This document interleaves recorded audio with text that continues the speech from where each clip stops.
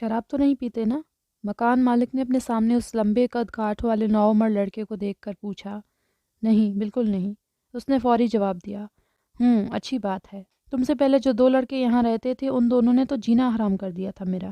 رات رات بھر ان کی ڈسکو پارٹیاں چلا کرتی تھی، کبھی شراب تو کبھی لڑکیاں گھر لا رہی ہوتے۔ بھائی میں نیچے کے پورشن میں رہتا ہوں، بیوی بچے ہیں میرے۔ اب بتاؤ ایسی باتوں کا ان پر کیا اثر پڑتا ہوگا؟ اپنی ہی دھن میں بولتے بولتے اس نے رک کر تائید چاہی۔ ہاں صحیح بات ہے، اسے تائید کرنی ہی تھی۔ آخر کو سارے دن کی خاک چھاننے کے بعد یہ تیسرا ایسا گھر تھا جو اسے ٹھیک لگا۔ اوپر کے پورشن پہ ایک کمرے کے ساتھ چھوٹی سی بالکنی، اٹیچڈ باتھ، چھوٹا سا کچن، ایک جن لڑکے کے لیے کافی سے زیادہ ہی تھا۔ ہاسٹل تو اب وہ کسی طور رہنے نہیں جانے والا تھا، کیونکہ وہ ان لڑکوں سے پھر بڑھنا نہیں چاہتا تھا جن کی وجہ سے وہ گزرے دنوں نہ جانے کن کن مشکلوں سے دوچار رہا۔ وہ اپنے ہی دن میں سوچے جا رہا تھا جب بوڑھے مکان مالک کی بات پر چونک اٹھا۔ بس تو پھر میں نے انہیں پہلے ہی ہفتے میں اپنے گھر سے دفعہ دور کر دیا۔ اس لیے کہتا ہوں تم ان کے جیسے کام مت کرنا، ورنہ میں تمہیں بھی پہلی فرصت میں باہر پھینک دوں گا۔ وہ اپنی عمر کے برعکس خاصے کڑک انداز میں دھمکا رہا تھا، مگر پھر بھی جانے کیوں عارض کو اس کے انداز پر ہنسی آنے لگی، جسے اس نے بڑی دقت سے چھپایا۔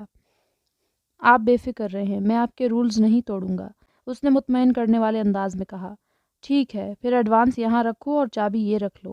اس نے ایک ہاتھ آگے پھیلایا اور دوسرے میں موجود چابی دکھائی۔ ہاں ٹھیک ہے۔ اس نے کاندھے پہ لٹکتا اپنا بیگ کھولا اور اس میں سے پیسے نکال کر اسے تھمائے۔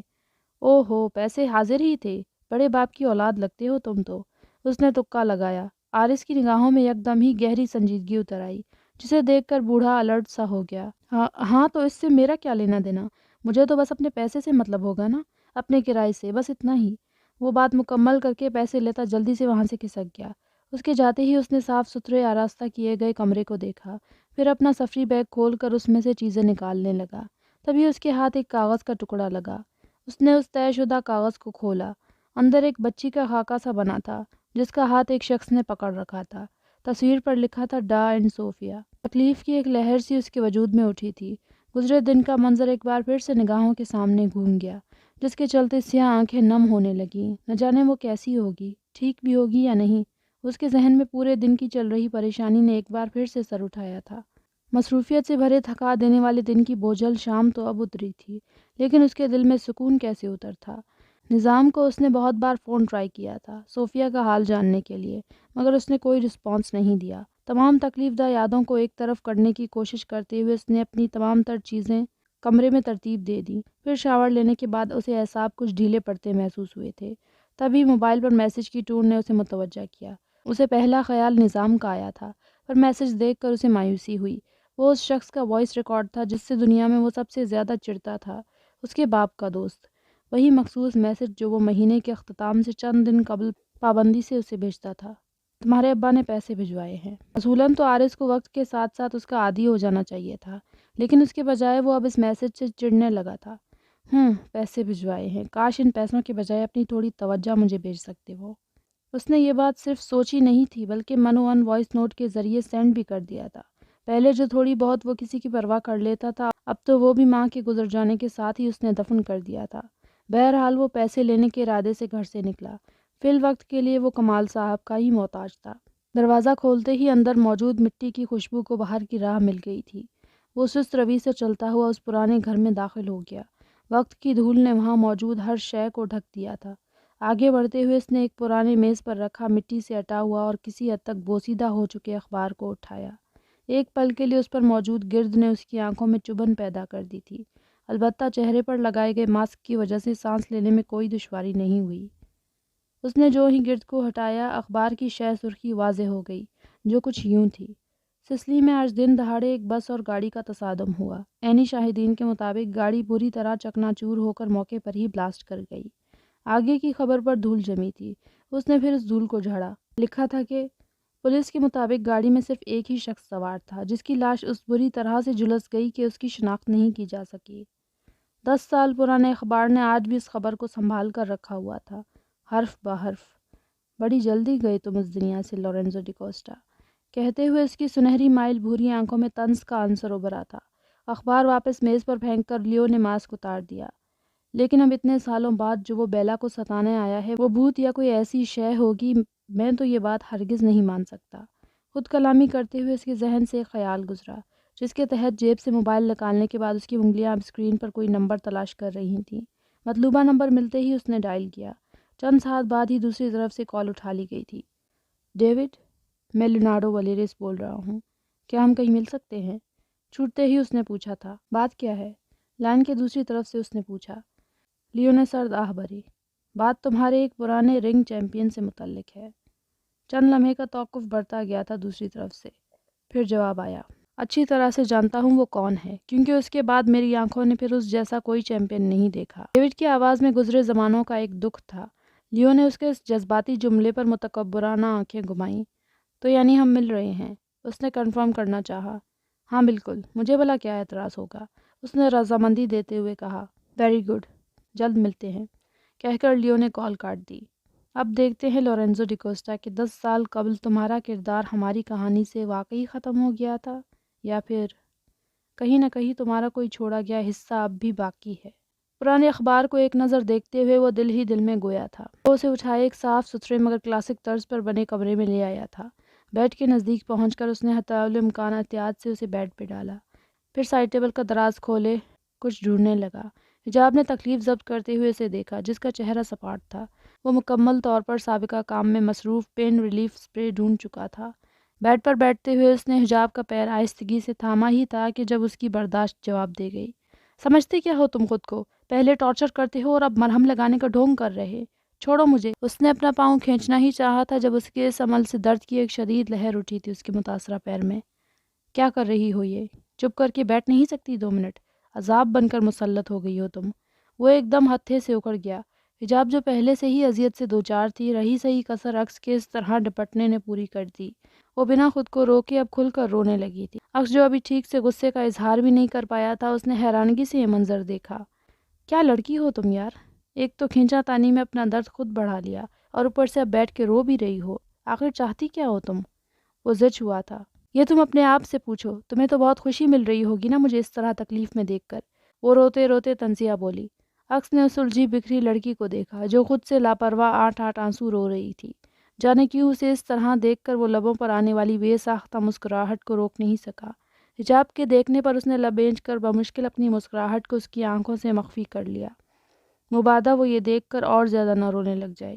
نظام جو اسے کوئی میڈیسن دینے کے ارادے سے کمرے میں داخل ہو رہا تھا، اندر کا منظر دیکھ کر دروازے پر ہی رک گیا۔ ایک جگہ رکو، پیر کو حرکت دیتی رہو گی تو درد اور ہوگا، پھر شور مت مچانا۔ اس کے پاؤں پر اسپرے کرتے ہوئے وہ مصروف سے انداز میں کہہ رہا تھا، اور نظام خوشگوار حیرت سے یہ منظر دیکھ رہا تھا۔ آج کئی سالوں بعد اس نے لورینزو کی پہنی ہوئی کھال اتار کر عکس کو عارض بنتے دیکھا تھا۔ ہمدردی و محبت کا پیکر، عارض کمال سعید۔ تم دیکھتے جاؤ میرے دوست، اب یہ تمہارا ریکارڈو کیسے لورینزو میں سے عارض کو پھر سے کھوج نکالتا ہے۔ تمہیں اپنی اصل ذات کو قبول کر کے پھر سے اپنانا ہی ہوگا، اور میں اب جانتا ہوں کہ یہ کام مجھے کس کے ذریعے کروانا ہے۔ نظام کی نظروں نے سر جھکائے بیٹھی حجاب کو دیکھا تھا، اور پھر اپنی سوچ پر وہ مطمئن ہوتا بنا کوئی آہٹ کیے وہیں سے واپس پلٹ گیا۔ تو بتاؤ اندریاس، اس بار کون سا تانا لے کر آئے ہو میرے منہ پر مارنے کے لیے؟ پیشانی پر بل لیے لیو نے اپنے سامنے والے صوفے پر شان سے بیٹھے اندریاس سے کہا۔ اس کی بات سن کر اندریاس نے ہلکا سا قہقہا لگایا تھا۔ تمہاری حصے مزاح کا بھی جواب نہیں لیونارڈو۔ ہنسی کے درمیان وہ بولا، کام کی بات کرو۔ وہ کافی سنجیدہ تھا۔ اصل میں اسے جلد سے جلد ڈیوڈ سے ملنے نکلنا تھا، جو آج کل اٹلی میں آیا ہوا تھا۔ ہاں، میں نے تمہاری حمایت سے انکار کیا کر دیا؟ تمہارے تو مزاج ہی بدل گئے اب کہ۔ وہ بھی سنجیدگی سے بولا، جہاں تک مجھے یاد پڑتا ہے وہ معاملہ وہیں ختم کر دیا گیا تھا تمہاری طرف سے۔ آگے کو ہو کر بیٹھتے ہوئے لیو کا لہجہ تنزیہ ہو گیا۔ تم اگر چاہو تو معاملات ہم اب بھی وہیں سے طے کر سکتے ہیں، یعنی اگر تم واقعی چاہو تو۔ اندریاس نے آنکھ کنارے سے اس کے چہرے کے تاثرات جانچتے ہوئے دوستانہ انداز میں کہا، تمہارا مطلب ہے ہم اتحاد کر لیں؟ لیو کے لیے ایک دم سے ہی وہ پھیکی گفتگو دلچسپی کا باعث بن گئی۔ ٹھیک سمجھے تم، میں باہمی اتحاد و تعاون کے لیے تیار ہوں۔ اندریاس نے بالآخر وہ بات کہہ دی جس کے لیے وہ وہاں آیا تھا۔ بہت شاندار، میں خوش ہوا، لیو نے پرجوش ہو کر اطالوی زبان میں کہا۔ میں بھی، اندریاس نے ایک مسکراہٹ سمیت کہا۔ اس مسکراہٹ میں کون سے اسرار چھپے تھے ابھی لیو اس سے ناواقف تھا۔ بستر پر لیٹے لیٹے اس کی حالت عجیب ہو رہی تھی۔ رہ رہ کر پیٹ میں درد اٹھ رہا تھا۔ کیا ہو رہا تھا وہ سمجھنے سے قاصر تھی۔ طبیعت بھی کچھ چڑچڑی سی ہو رہی تھی۔ جن حالات میں وہ تھی اس میں مزاج کا اس طرح ہو جانا سمجھ میں بھی آتا تھا۔ اوف، ایک تو یہ بال! اسے اپنے کھلے بالوں سے الجھن سی ہو رہی تھی۔ آس پاس نظر دوڑائی پر ہیئر بینڈ جیسی کوئی شے نگاہوں میں نہیں آ سکی۔ ناچار اس نے جوڑا باندھنے کے لیے بال ہاتھوں میں لیے۔ ابھی وہ یہ عمل کر ہی رہی تھی کہ تبھی اس کی انگلیاں اپنے شانے کے مقام سے مس ہو گئیں۔ حجاب ایک دم ٹھہر گئی۔ بال چھوڑ کر اس نے ایک بار پھر اپنا کندھا اسی مقام سے چھوا اور تب اس کی بھوری آنکھوں میں استجاب اتر آیا۔ پھر جب گردن گھما کر وہاں نظر ڈالی تو منہ حیرت سے کھل گیا اور گال حدت سے گلابی پڑ گئے۔ اس کی شرٹ کندھے کے مقام سے اچھی خاصی ادھڑ چکی تھی۔ تم کچھ بھی ہو سکتی ہو مگر حجاب نہیں۔ عکس کا وہ جملہ اور اس کا حجاب کے بال کھول کر اس کے شانوں پر بکھیرنے کا منظر یکلخت ہی اس کے ذہن کے پردے پر نمودار ہوا تھا۔ اوف اوف، گدھی ہوں میں ایک نمبر کی، بے وقوف! ٹھیک ہی تو کہہ رہا تھا وہ۔ اس پھٹی ہوئی شرٹ کے ساتھ میں حجاب تو کیا اس کی پرچھائی بھی کہیں سے نہیں لگ رہی۔ اسے رہ رہ کر اپنی بے خبری پر غصہ آ رہا تھا۔ اب بھلا یہ کب ہوا تھا اور کیسے، اسے احساس تک نہیں ہو سکا۔ ابھی یہ سوچ ہی رہی تھی کہ دروازہ ہلکی سی نوک کے بعد فوراً کھول دیا گیا۔ حجاب نے پھرتی سے بال واپس شانوں پر بکھیر دیے۔ کون بدتمیز ہے، کسی لڑکی کے کمرے میں کوئی ایسے دھڑلے سے داخل ہوتا ہے؟ وہ حد درجہ غصے سے اسے مخاطب کر رہی تھی جب نوارد دروازہ مکمل کھول کر اندر داخل ہو گیا۔ اسے یوں بے وقت دیکھ کر حجاب کے گلابی پڑے رخسار سرخ رنگ میں تبدیل ہو گئے تھے۔ تم کیوں آئے ہو اس وقت؟ عکس کو دیکھ کر ہی اس کا غصہ کچھ اور بڑھ گیا۔ تم نے باہر ڈو ناٹ ڈسٹرب کی تختی نہیں لگا رکھی تھی جو میرے آنے پر اتنا بھڑک رہی ہو، وہ سرد لہجے میں کہتا اپنے ساتھ لائے گئے ایک بیگ کو ٹھوکر مار کر دور پھینک چکا تھا۔ حجاب اس کی اس قدر جارحانہ حرکت پر اچھل پڑی تھی۔ تم صدمے و غصے سے ایک پل کو اس سے بولا بھی نہیں گیا۔ ہاں میں کیا؟ کمر پہ دونوں ہاتھ رکھے وہ اسے جملہ مکمل کرنے کی گویا چیلنج دے رہا تھا۔ تم وحشی، جنگلی، جاہل، بد دماغ، بدتمیز، اکڑ، ذلیل، اس کے آگے جو لفظ بھی تم نے بولا نا، میں وہ بن کر دکھاؤں گا، ابھی اور یہیں پر۔ اس کے نزدیک پہنچ کر وہ سخت لہجے میں گویا ہوا تھا۔ حجاب آنکھیں پھیلائے اس کی دھمکی سن کر بے ساختگی میں اپنا منہ ڈھانپ گئی۔ مبادا پھر کوئی ایسا لفظ نہ نکل جائے۔ اب بہتر ہے۔ اسے خاموش دیکھ کر عکس نے بھی پرسکون ہو کر پیش قدمی روک دی۔ وہ بیگ ہے، اس میں تمہارے لیے کچھ چیزیں ہیں، یعنی کپڑے وغیرہ، جن کی تمہیں اشد ضرورت ہے۔ لفظ اشد پر زور دے کر اس نے حجاب کے زلفوں تلے ڈھکے ہوئے اس کے شانے کی جانب اشارہ کیا۔ وہ جو ایک پل کے لیے اس شرٹ کے متعلق بھول گئی تھی، اب ایک بار پھر عکس کی یاد دہانی پر شرم سے کٹ کر رہ گئی۔ نگاہیں آپ ہی آپ جھکتی چلی گئیں اور گال دہک اٹھے۔ عکس کو اس کی حیا کے یہ رنگ چونکا گئے تھے۔ کہاں تو وہ ابھی کتنی بے باکی سے اسے نہ جانے کن کن القابات سے نواز رہی تھی، اور اب اچانک یہ شرم و حیا۔ آخر اس لڑکی کے اور کتنے رنگ تھے؟ فی الحال کے لیے وہ مزید کچھ کہے بغیر کمرے سے چلا گیا۔ اس کے جاتے ہی باہری فضا ایک دم ہلکی پڑتی محسوس ہوئی۔ جاہل، بدتمیز، بال کھینچے بغیر نہیں بتا سکتا تھا کہ شرٹ۔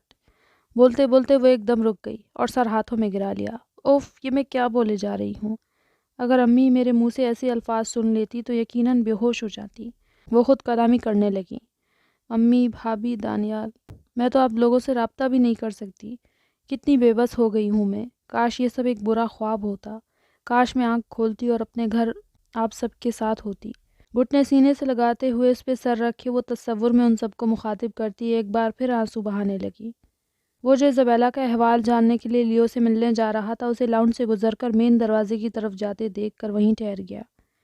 یہ اس وقت کہاں جا رہے ہیں؟ وہ خود سے بڑبڑا رہا تھا جب اسے قریب ہی کسی کی موجودگی کا احساس ہوا۔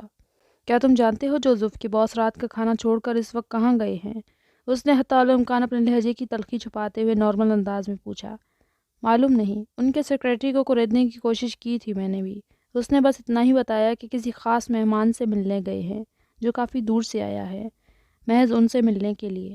جوزف نے وکی کے چہرے پر چھائے تاثرات کو جانچتے ہوئے معلومات فراہم کی۔ آخر ایسا کون سا خاص مہمان ہے جس کا ذکر مجھ سے بھی نہیں کیا؟ وہ چاہ کر بھی اپنے اندر کا حال چھپا نہیں پا رہا تھا۔ آخر کو اس جیسے شخص کے لیے اپنا نظر انداز کر دیا جانا کوئی معمولی بات تو نہ تھی۔ واقعی یہ تو بڑے اچنبے والی بات ہے کہ وہ آج آپ کے بغیر ہی چلے گئے۔ جوزف کے لہجے میں طنز و تمسخر تھا، مگر کسی اور ہی خیال میں ڈوبے وکی کو اس کا لہجہ محسوس نہیں ہو پایا تھا۔ پتہ لگانا پڑے گا کہ آخر ماجرا کیا ہے، وکی نے گویا ٹھان لیا تھا۔ یہ تو بس شروعات ہے، تم جس مقام پر ابھی ہو اس سے بہت جلد گر کر پاتال میں جا پہنچو گے، پھر بالآخر یہ مقام میرا ہوگا، اور لیو سر کا جیتا ہوا اعتماد بھی۔ جوزف کے ارادے تو کچھ الگ ہی تھے جنہیں اس نے فی الحال اپنی ذات تک ہی محدود رکھا ہوا تھا۔ دروازے پر ہلکے سے نوک کے بعد روم سروس والا اس کے کمرے میں کھانے کی ٹرے لیے داخل ہوا۔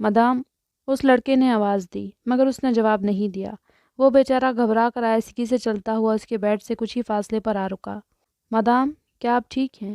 وہ تشویش زدہ سا پوچھ رہا تھا، کیونکہ اس کے وجود میں بالکل بھی جنبش نہیں ہو رہی تھی۔ سر گھٹنوں پہ تھا اور چہرے کے اطراف میں گرتے بالوں کے درمیان سے اس کی صرف بند آنکھیں ہی نظر آ رہی تھیں۔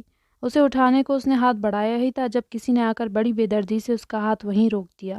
لڑکے نے گھبرا کر اطراف میں دیکھا، جہاں وہ چہرے پر دنیا جہاں کے سرد و سخت تاثرات لیے کھڑا اسے ہی گور رہا تھا۔ مجھے لگا شاید ان کو مدد، جتنا کام تمہیں دیا گیا ہے اتنا ہی کرو۔ اس سے آگے بڑھنے کی کوشش کی تو کسی کام کے نہیں رہو گے۔ سیاہ آنکھوں میں اس وقت جو پراسراریت تھی وہ کسی کا بھی خون خشک کرنے کی صلاحیت رکھتی تھی۔ لڑکے نے گھبرا کر اپنا ہاتھ پیچھے کھینچ لیا۔ سوری سر، میں آئندہ ایسا نہیں کروں گا، خشک پڑتا گلا تر کرتے ہوئے اس نے کہا، اور پھر ارد گرد دیکھے بغیر جلدی سے وہاں سے بھاگ نکلا۔